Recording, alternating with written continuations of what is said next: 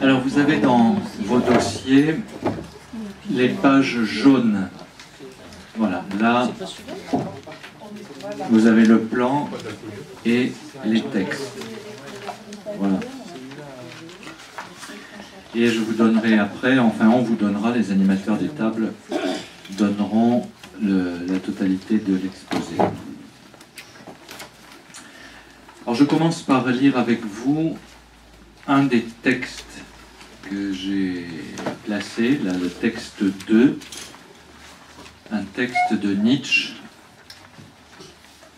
tiré du Gai Savoir, et qui est cité dans un livre d'André Glucksmann, La troisième mort de Dieu.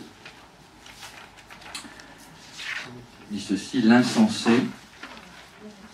N'avez-vous pas entendu parler de ce fou qui allumait une lanterne en plein jour et se mettait à courir sur la place publique en criant sans cesse « Je cherche Dieu, je cherche Dieu ». Mais comme il y avait là beaucoup de ceux qui ne croyaient pas en Dieu, son cri provoqua un grand rire. « S'est-il perdu comme un enfant ?» dit l'un. « Se cache-t-il? A-t-il peur de nous? S'est-il embarqué? A-t-il émigré ?» Ainsi criait et riait-il pêle-mêle. Le fou bondit au milieu d'eux et les transperça du regard. « Où est allé Dieu ?» s'écria-t-il. « Je vais vous le dire, nous l'avons tué, vous et moi. C'est nous tous qui sommes ces assassins. Mais comment avons-nous fait cela? Comment avons-nous pu vider la mer? Qui nous a donné une éponge pour effacer tout l'horizon? Qu'avons-nous fait quand nous avons détaché la chaîne qui liait cette terre au soleil? Où va-t-elle maintenant? Où allons-nous nous-mêmes? Loin de tous les soleils? Ne tombons-nous pas sans cesse, en avant, en arrière, de côté, de tous côtés? Est-il encore un en haut, un en bas? N'allons-nous pas errant comme un néant infini? Ne sentons-nous pas le souffle du vide sur notre face? Ne fait-il pas plus froid? Ne vient-il pas toujours des nuits, de plus en plus de nuits? Ne faut-il pas dès le matin allumer des lanternes? N'entendons-nous encore rien du bruit que font les fossoyeurs qui enterrent Dieu? Ne sentons-nous encore rien de la décomposition divine? Les dieux aussi se décomposent. Dieu est mort, Dieu reste mort, et c'est nous qui l'avons tué. À la lecture de cette page, et j'aurais pu en choisir d'autres du même type, l'avenir de Dieu semble bien sombre. J'ai relu le livre d'un philosophe qui se déclare non-croyant, André Glucksmann. Il a intitulé son livre, donc, qui date un peu maintenant, « La troisième mort de Dieu ». Une première fois, Dieu meurt sur la croix, mais on ne pensait pas avoir tué Dieu. La peine, la mort sur la croix, n'est même pas une peine religieuse, c'est une peine civile. Une seconde fois, Dieu est mis à mort dans les livres, en particulier par Marx et par Nietzsche, que je viens de citer. Mais, si vous me pardonnez l'expression, sa vie est déjà mise en danger bien avant, au moment de l'apparition de l'humanisme et ensuite de la philosophie des Lumières. Le sujet moderne vient de naître et il veut s'approprier son destin, être le seul constructeur et décideur de son avenir. Dans cette entreprise, quelqu'un le dérange. Dieu, ou plutôt ce qui le représente, la religion. Une troisième fois, Dieu est mis à mort, comme le dit Glucksmann, à même la bout des siècles qui passent et viennent, dans le mal. L'athéisme pratique et le matérialisme sont largement répandus en Europe, sans qu'ils soient imposés par la contrainte ni proposés explicitement. Ils amènent les hommes à penser et à vivre comme si Dieu n'existait pas. C'était une phrase tirée de l'instrument de travail qui avait servi pour le synode des évêques de 1999, pour l'an 2000, sur l'athéisme. Et reprise, cette phrase, vous l'avez entendue dans la bouche du pape Benoît XVI. Les hommes, aujourd'hui, agissent et vivent comme si Dieu n'existait pas. Au XVIIe siècle, on assiste à divers bouleversements dans le monde de la pensée. On remet alors en question les autorités du passé ainsi que la tradition. Dans ce contexte, les croyances religieuses et les superstitions prennent une nouvelle dimension. Désormais, elles ne concernent que la vie personnelle. En conséquence, les dogmes de la foi n'ont plus à intervenir dans le cadre du développement de la pensée. Cette révolution est le fruit, évidemment, d'un lent et long processus qui s'amorce dès la fin du Moyen-Âge, s'accélérant et se précisant à la Renaissance. Et il conduit certains penseurs modernes à s'opposer à ceux qui veulent rester fidèles aux idéaux du passé. Et la religion est le principal obstacle au progrès des Lumières et au bonheur des hommes. Nous avons, il y a peu, célébré les 50 ans du Concile Vatican II, et nous sommes, et nous serons appelés encore à découvrir ou redécouvrir ce concile comme réponse aux bouleversements gigantesques vécus par les sociétés, en partie sociétés à laquelle nous appartenons, les sociétés occidentales. Jean XXIII, Saint Jean XXIII, savait, et c'était peut-être le seul au milieu de toute la curie romaine, il savait qu'il était urgent de redonner l'espérance afin de permettre le croire. Le père jésuite Joseph Thomas développe cette idée dans son livre sur le Concile, mais il risque une critique. Il dit ceci: « Ce concile fut une affirmation sereine de la foi de l'Église. Cette foi, l'Église veut la proposer à tous les hommes avec la belle audace tranquille que lui donne l'esprit et qui rayonnait de la personnalité de Jean XXIII. Mais la foi ne va pas de soi. Les pères conciliaires ne se sont jamais demandé pourquoi, aujourd'hui, il est si difficile de croire. Ils ont fait comme si déjà l'Église entière était un peuple de véritables croyants. Ils ont présupposé l'existence d'une foi robuste chez les chrétiens et une large disponibilité à croire chez tous les hommes. » Vous voyez qu'on n'en est pas là. Le point 2, l'idée de Dieu dans la modernité, dans son livre que je viens juste de lire en fait, Croire quand même, Père Joseph Moine pose cette question. Que faire de ces catholiques orphelins dans une société où Dieu est mort? Certes, notre monde est plein de gens pour qui le nom de Dieu ne représente plus rien de sensé. Mais précisément, écrit-il, parce qu'ils ont cessé de le référer à la personne de Jésus et à la manière typique dont Jésus parle de Dieu, de telle sorte que ce nom ne recouvre plus rien pour eux que la vieille, universelle et vague idée de l'être tout-puissant censé régenter les affaires humaines et qui s'en occupe si mal qu'on ne perd rien à cesser de penser à lui. Je ne vous lirai pas toute la... Oh, encore que, puisqu'on a 5 minutes d'avance, je peux le faire. Ce texte que j'ai résumé et que je cite à chaque fois, je l'ai cité dans beaucoup de groupes, certains l'ont déjà entendu, c'est un peu un résumé de, je dirais, de l'approche du religieux dans notre société aujourd'hui. Et c'est une sorte de, un petit peu de panorama, de résumé à travers une famille. En 2005, et il me manque une page, attendez.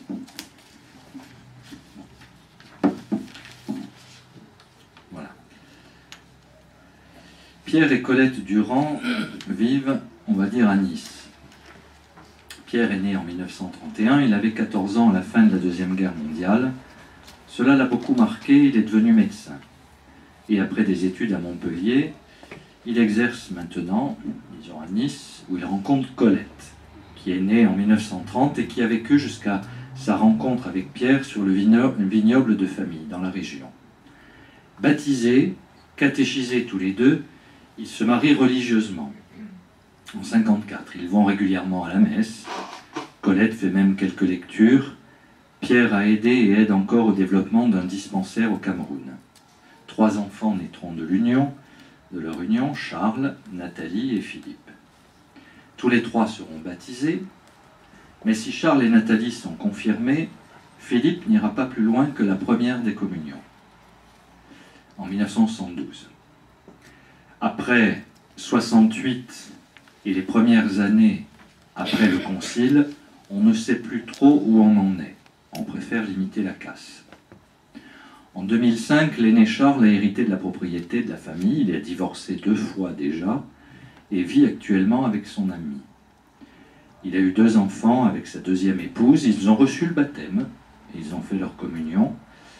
Ils ont 21-17 ans à l'époque, en 2005. Charles a accueilli les 2 enfants de son ami qui ne sont pas baptisés. Personne ne pratique, mais on va quand même à la messe de Noël. L'aîné de Charles a même fait les JMJ à l'époque de Toronto, avec un copain. Ils en ont profité pour rester 2 mois au Canada. Puis il est allé cette année écouter le Dalai Lama à Paris. Il poursuivra la recherche de la voie et la quête du Dharma auprès d'un lama en Inde. Sur les demandes de son grand-père, il passera une semaine à Calcutta auprès des petites sœurs de Mère Teresa. Il fait partie de ce qu'on appelle les catho-bouddhistes, sans entrer dans ce qu'on appelle une des NMR, nouveaux mouvements religieux, mais il frise l'entrée dans une NME, une nébuleuse mystico-ésotérique.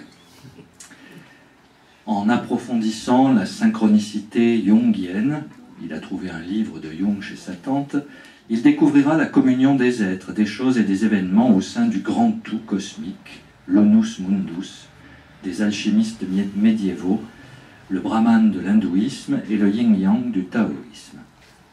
Son jeune frère, quant à lui, entre dans le néopaganisme sans s'en rendre compte. Il s'agira quand même dans tous les cas de se relier au cosmos, à la nature, de ressentir les forces, les fluides, les énergies, les esprits qui l'animent. Il a lu, bien sûr, comme des dizaines de millions de personnes dans le monde, l'œuvre de Tolkien, Le Seigneur des Anneaux. Trilogie qui offre l'ensemble des ingrédients qui participent à la problématique de réenchantement du monde. Tolkien réussit une brillante synthèse à partir d'héritages culturels issus du paganisme, comme les patrimoines linguistiques et mythologiques, celtiques, scandinaves, etc. Il aura lu aussi, bien sûr, Harry Potter. On est en pleine, ce qu'on appelle, heroic fantasy. Il raconte toutes ses aventures à sa 3e grand-mère, la mère de l'ami de son père, avec laquelle il a d'excellentes relations. Sa tante Nathalie, 44 ans, infirmière, est elle aussi allée écouter le Dalai Lama avec l'aîné. Mariée en seconde noce avec un juif, elle vient juste de fêter Kippour. Elle devient peu à peu ce que les Américains appellent les Jewbo, les juifs bouddhistes. La première épouse de son mari, avec laquelle elle est très liée, elles doivent partager la garde d'un enfant, alors autant liée amitié, l'amène chez une astrologue qui l'initie à sa discipline, ainsi qu'à la graphologie médicale qui éveille sa curiosité d'infirmière.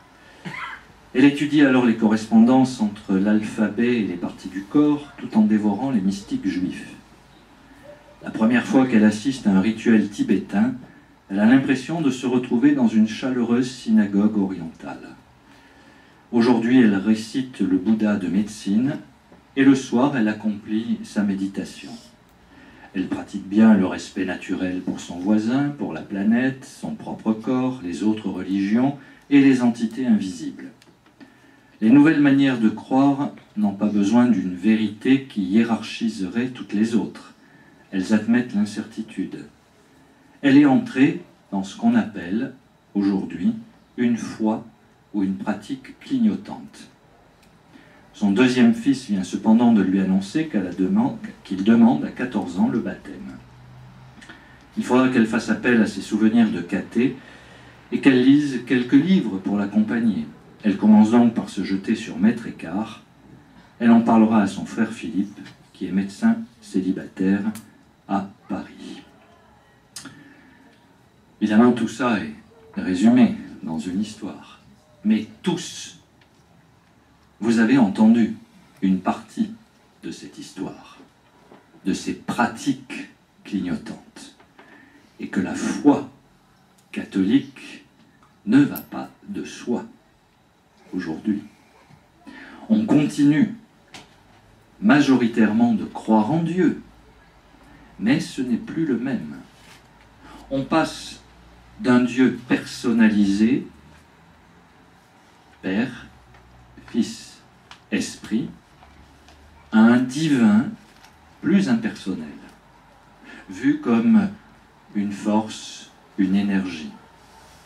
D'un Dieu extérieur qui agit et qui entre en contact avec l'homme, et le Père Cyril vous a montré justement ces interactions entre Dieu et Abraham en particulier, à un Dieu intérieur, d'un Dieu viril et tout-puissant à un Dieu plus féminin, compassionnel et maternel. Ces évolutions contemporaines font écho à des courants mystiques marginaux des monothéismes.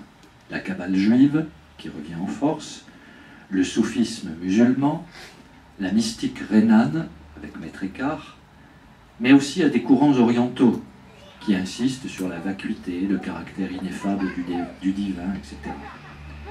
On assiste plutôt, pour utiliser des grands mots, mais j'en donne les définitions sur la page, à une convergence entre transcendance, ce qui est au-delà, et immanence. On garde l'idée de Dieu, mais ce Dieu est à la fois ineffable et présent dans le cosmos. On peut entrer en contact avec lui à travers le foisonnement de ses manifestations dans la nature et dans l'intimité du cœur humain. C'est pourquoi une des caractéristiques centrales de notre rapport au sacré, c'est d'abord d'éprouver le divin, de le ressentir au creux de sa sensibilité et de son corps, plus que d'adhérer à un credo. En cela, nous redécouvrons le goût d'un sacré sauvage.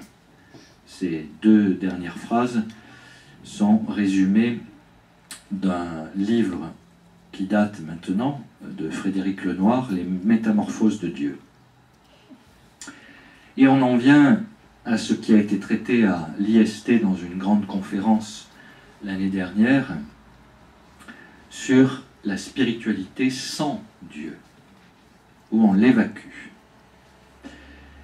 On connaît la phrase de Malraux, bien sûr, le XXIe siècle sera religieux ou ne sera pas. Et le Dalai Lama, auquel on demandait un commentaire de cette phrase en 1988 à l'Assemblée nationale, répondit que le XXIe siècle sera sans doute plus spirituel que religieux. L'homme ne s'accommode pas d'une vie qui serait privée de sens.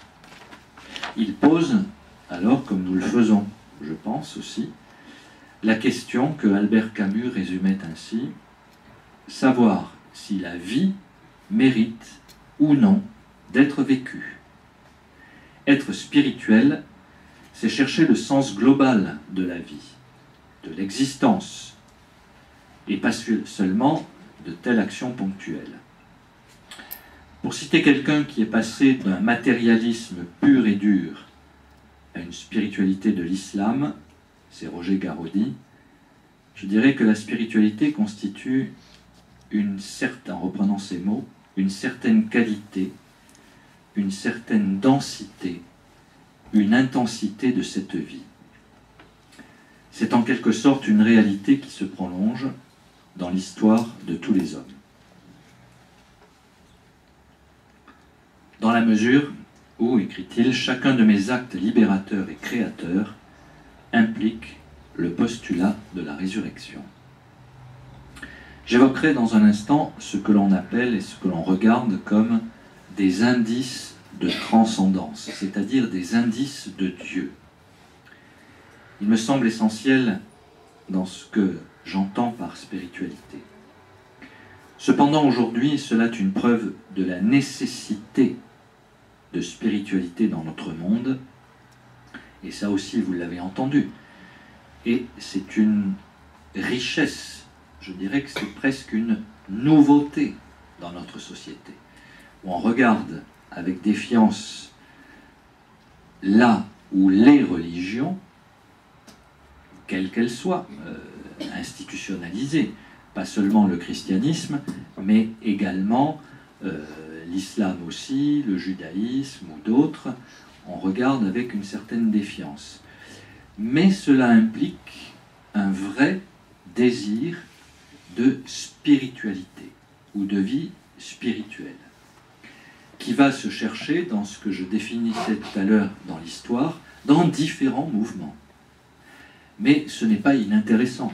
Et je dirais que c'est un appel très fort à ce que nous vivons dans l'Église catholique aujourd'hui. Et ce que vous avez défini là, ça n'y est plus, ce que vous avez défini tout à l'heure, est le sens de cela.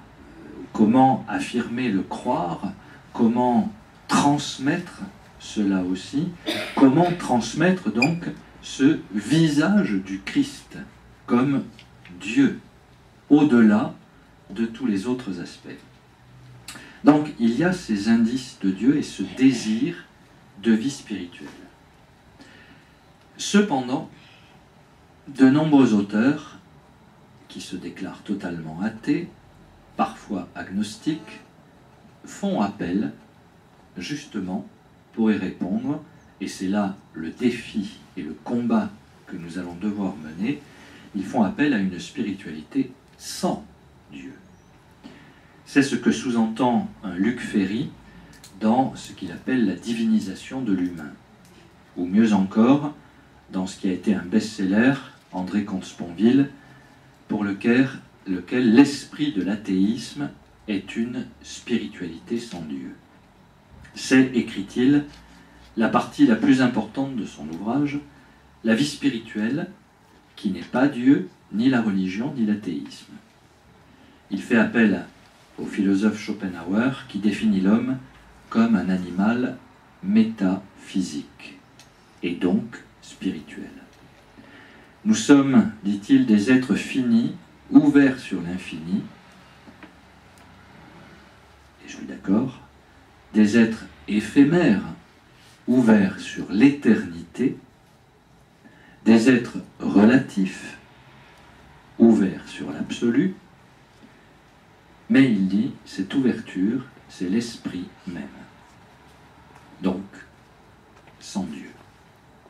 Il développe même les caractéristiques essentielles de la spiritualité selon l'athéisme. Mystique et mystère, mystère et évidence, le silence, la plénitude, la simplicité, l'éternité, la sérénité, l'absolu, le relatif, caractéristiques que je fais miennes. Mais si Comte-Sponville les place dans la pure horizontalité ou immanence, je les place, moi, dans la verticalité ou transcendance. Dans un rapport à l'absolu, qui n'est pas seulement le grand tout de la nature et du monde, mais dans l'absolu qui est une personne aimante, et vous l'avez défini tout à l'heure, Dieu est amour, personnifié, une personne aimante et créatrice. La nécessité de la spiritualité ou de la vie spirituelle est bien là de nouveau, mais elle peut se développer de deux façons différentes, selon qu'elle se réfère à un ordre purement naturel ou à un ordre surnaturel.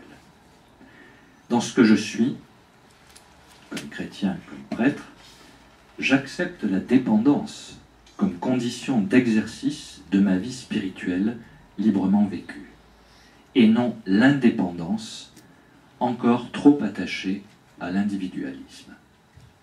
Ce qui semble récent, mais tout le développement qu'a fait le père Cyril autour, justement, de la personnalité, de la personne d'Abraham, dans sa relation avec Dieu, il a bien montré cela. C'est que Abraham, il faut qu'il accepte à un moment d'être dépendant dans la confiance, dans cette obéissance confiante à Dieu. Mais on refuse cela. Chacun peut suivre le chemin qu'il se choisit, mais ce qui m'intéresse ici, c'est la prise de conscience que la matérialité seule ne suffit plus pour définir l'humain. La plupart de ces auteurs reviennent sur une dimension que l'on avait cru totalement disparue, ou ne faisant partie que du jargon religieux, celle du mystère. C'est, écrit Comte Sponville, la mise entre parenthèses de la familiarité, de la banalité, de la répétition, du déjà connu, du déjà pensé, des fausses évidences de la conscience commune. C'est comme si soudain tout était neuf, singulier, étrange, étonnant, non pas irrationnel, certes, mais inexplicable ou incompréhensible. Voilà le cœur de la vie spirituelle, redécouvrir la surprise, l'étonnement. Et je suis d'accord avec ça, et vous l'avez souligné tout à l'heure. Il y a deux mots, moi, qui m'ont marqué, c'est bien l'étonnement, se laisser étonner, c'est cela le marchepied de la foi, et l'émerveillement, être émerveillé devant l'action et l'œuvre de Dieu. Mais je dis bien œuvre de Dieu. L'homme est capable de Dieu. Point 4. Lorsque, il y a 2 ou 3 jours, Monseigneur Marceau rencontrait tous les prêtres et les chefs de service du diocèse de Nice pour présenter sa lettre pastorale sur l'appel au ministère presbytéral. Et il a insisté sur cela, capax Dei, l'homme est capable de Dieu. C'est le titre, je vous l'ai mis dans la page jaune, c'est le titre voilà, du chapitre 1 du catéchisme de l'Église catholique. L'homme est capable de Dieu. Loin, et je cite un passage écrit par le cardinal Paul Poupart sur le rapport entre la foi et culture dans l'évolution de notre temps. Loin de la tyrannie culturelle de l'opinion, l'analyse même du comportement humain retrouve ce que, voilà, j'en viens aux indices de transcendance, ce que Peter Berger ou Berger appelle des indices de transcendance. Quels sont ces indices de transcendance? Le besoin de confiance, l'amour, ce que vous disiez, paternel et maternel, conjugal et filial, le désir du bien, la recherche de la vérité, la poursuite de la justice, la joie du don et du pardon, et là on vient, c'est important, au cœur de notre vie et de notre expérience la plus quotidienne. Toujours tendue vers l'avenir, liée à des projets créateurs, cette joie et cette paix qui sont source d'espérance, qui sont autant d'indices de Dieu dans notre réalité humaine, aussi fragile et irréfutable que le premier sourire d'un enfant.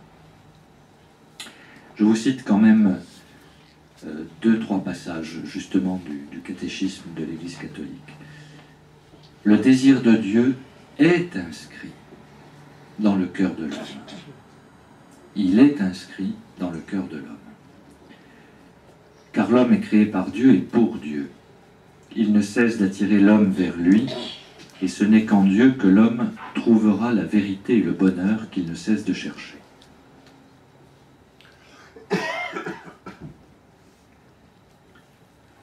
C'est bien cette inscription cœur de l'homme qui me fait dire, bien entendu, que Dieu a un avenir.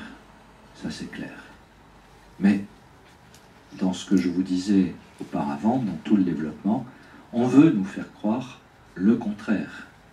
Et on veut nous faire croire que Dieu n'est qu'une idée qui part et qui reste au niveau de l'homme.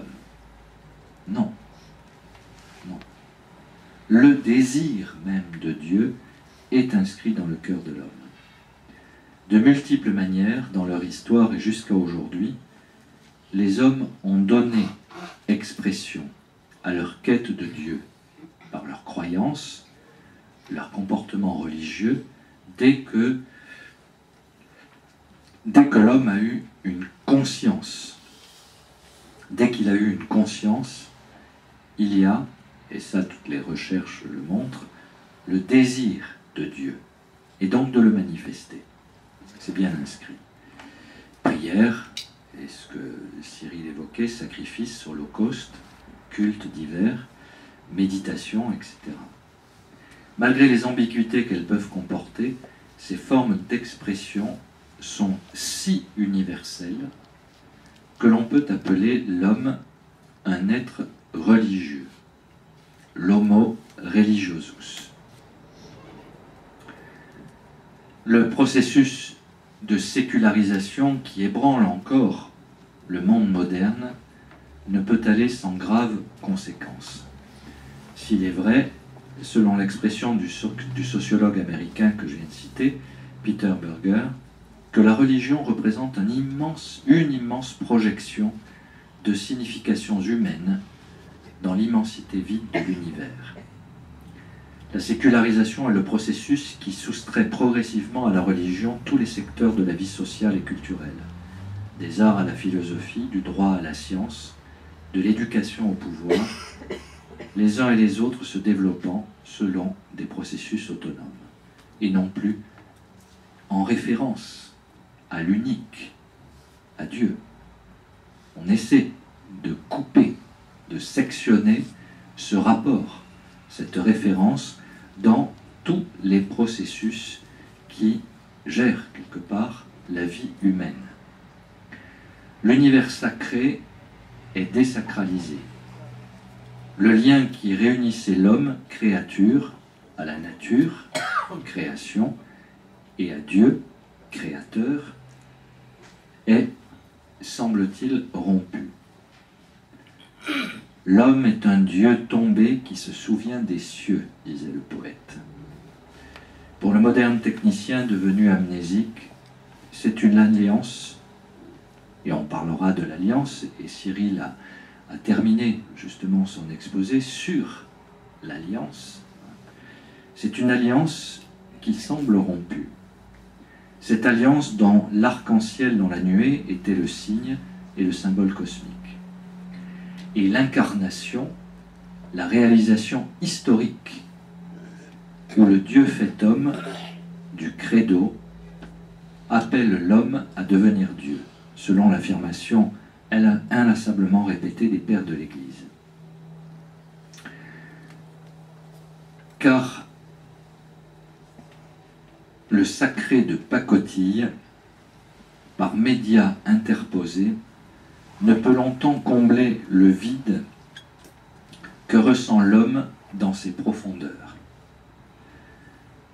C'est un article là aussi d'un ensemble, c'est un ensemble d'articles recueillis par Herbert Schomburg, qui a été offert en 1984 au cardinal Ratzinger. Et il cite ceci. Il reprend des déclarations de Jean-Paul II dans la grande salle de l'UNESCO à Paris en 1980. Le sacré de pacotille par médias interposés ne peut longtemps combler le vide que ressent l'homme dans ses profondeurs. Il y a une dimension fondamentale qui est capable de bouleverser jusque dans leur fondement les systèmes qui structurent l'ensemble de l'humanité. Cette dimension fondamentale, c'est l'homme et l'homme dans son intégralité. D'où vient ce renouveau spirituel? De l'Esprit Saint, sans doute. Mais l'Esprit agit souvent à travers les circonstances. Il les utilise, il en joue. Dans ce regain de spiritualité, comment ne pas voir un besoin d'absolu dans une civilisation qui exalte tant le relatif dans notre monde? Un besoin de gratuité au milieu de tant de convoitises. Un besoin de silence dans le déferlement du bruit. Un besoin d'intimité quand on est écrasé par la foule. Un besoin de vérité quand les mots sont détournés de leur sens. Un besoin d'espérance et un besoin de transparence. Ce retour, c'est ma conclusion, ce retour du spirituel, ce retour vers Dieu, ce regain de la prière, cette redécouverte de la contemplation est indubitable. Mais il n'est pas non plus sans danger. Peut-être n'est-ce que le retour du balancier. Après avoir exalté Marthe aux dépens de Marie, n'est-on pas en train d'exalter Marie aux dépens de Marthe? Le discernement s'avère donc nécessaire. Il est bien vrai que certains petits groupes, y compris dans notre Église, risquent de s'enfermer sur eux-mêmes, bien au chaud, en oubliant la nécessité parallèle des combats. Le pari de notre époque, un pari éternel, est de maintenir à la fois la contemplation au cœur de l'action et l'action au cœur de la contemplation. J'ai encore une page, je vous l'ai dit, parce que sinon ce ne serait pas une bonne conclusion. La question que l'on pose donc aujourd'hui est toujours la même. Doit-on partir de Dieu ou partir de l'homme? La question demeure en fait sans véritable réponse. Soit nous admettons l'existence de Dieu, donc nous partons de lui, de sa préoccupation de l'homme, soit nous partons de l'homme qui cherche. La question que les apôtres posent à Jésus est bien une question sur la foi, et sa réponse laisse songeur. Si un jour vous avez de la foi gros comme une graine de moutarde, vous direz à cette montagne, passe d'ici, là-bas, et elle y passera. Rien ne vous sera impossible. On peut alors se demander s'il y a un peu de foi sur cette planète, car tout semble tellement impossible. Croire, c'est accepter justement que l'impossible se réalise. Non pas ma propre volonté, comme on voudrait nous le faire croire, mais parce que je fais confiance en celui qui seul peut rendre l'impossible possible, Dieu. Croire, c'est bien faire confiance. Croire, et je cite le passage du père Bernard Sesboué dans Croire, invitation à la foi catholique pour les hommes et les femmes, et c'est ma conclusion. Croire, c'est baisser pavillon, c'est consentir, s'abandonner, non pas avoir la main mise, bénéficier de garanties et de sécurité. Le croyant marche dans la nuit comme un pèlerin qui cherche la lumière. Ce qu'il sait, il le sait dans la pénombre du soir, et non dans la claire vision, selon la terminologie de saint Augustin ou de saint Thomas d'Aquin. Et c'est là que le bât blesse. Dans la société qui est la nôtre, nous avons vu que l'on est surtout à la recherche de garanties, de sécurité, d'efficacité. Il ne peut y avoir d'acte de foi qu'en se détachant de tout cela, qu'en faisant pleinement confiance à l'exemple d'un Abraham, d'un Moïse, d'une Marie ou d'un Pierre. La vraie question de la foi se retourne en ces termes. Il ne s'agit pas, Bernard Sesboué, de croire que Dieu existe, mais de croire que l'homme existe pour Dieu. En d'autres termes, Dieu s'intéresse-t-il à l'homme? Peut-il intervenir dans l'histoire des hommes pour leur bien? Depuis Abraham, la foi répond oui. La foi devient acte de croire quand je réponds à la personne qui m'interpelle. L'acte de croire est alors le dialogue dans la confiance, Et Cyril vous disait tout à l'heure, il s'agit plus d'un abandon et pas seulement d'une adhésion. Voilà. Eh bien, c'est cet abandon dans la confiance, et comme va nous le rappeler Monseigneur Marceau tout au long de l'année, dans l'espérance, que je nous invite au combat. Voilà, merci.